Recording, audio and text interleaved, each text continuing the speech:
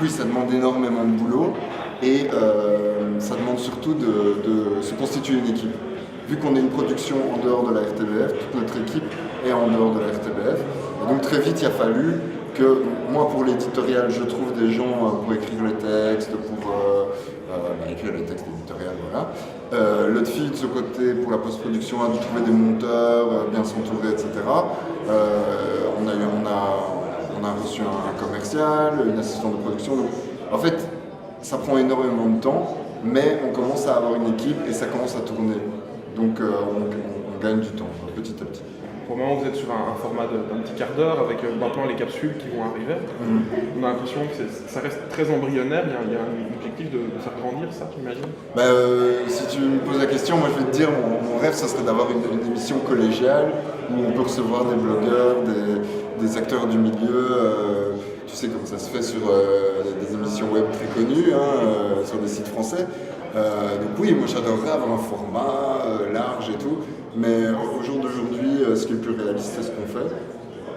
Sinon, on aurait fait autre chose, tout simplement. 13 minutes, c'est un format plus long que 10 minutes, mais qui ne va pas sur justement tout ce qui est du débat, de la review, qui là demande beaucoup plus de boulot au niveau éditorial, quoi. Donc c'est un juste milieu aujourd'hui. Franchement, s'il fallait faire une évolution, ce serait plutôt vers le web au moment. Donc les capsules par exemple contribuent à ça. C'est-à-dire qu'on a, au lieu d'allonger le programme, on a plus de programmes à d'autres moments, quoi. Donc c'est plutôt ça qu'on a choisi. Justement, ce projet très, très limité, je veux dire, critique, niveau éditorial, ça ne vous empêche pas un peu de toucher plus de gens dans la sphère vraiment vidéoludique? Mais si tu dis la sphère vidéoludique, les geeks, c'est restrictif. Donc, et viser ce public-là, c'est se tirer une balle dans le pied parce qu'ils sont sur le web. C'est sur le web qu'on a en premier les embargos qui sautent et les tests qui tombent, c'est là qu'on a la propagation des news le plus rapidement, etc.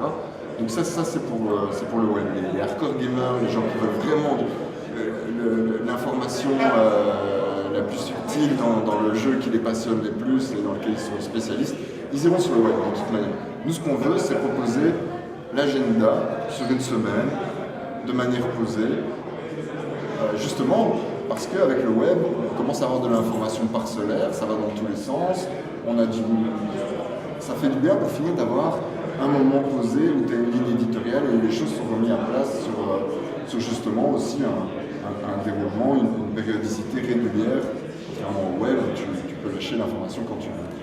Voilà. On a quand même Mais quand tu es sur le web, tu te poses cette question, c'est-à-dire que tu te mets à être en frontal avec la France sur le domaine, sur l'espace francophone.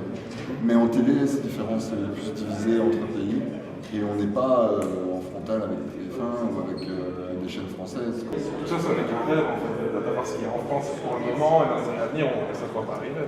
Qu'est-ce qui marche? Franchement, c'est possible. C'est possible parce que RTBF nous a mis des règles très précises et ce genre de choses précisément, c'est possible.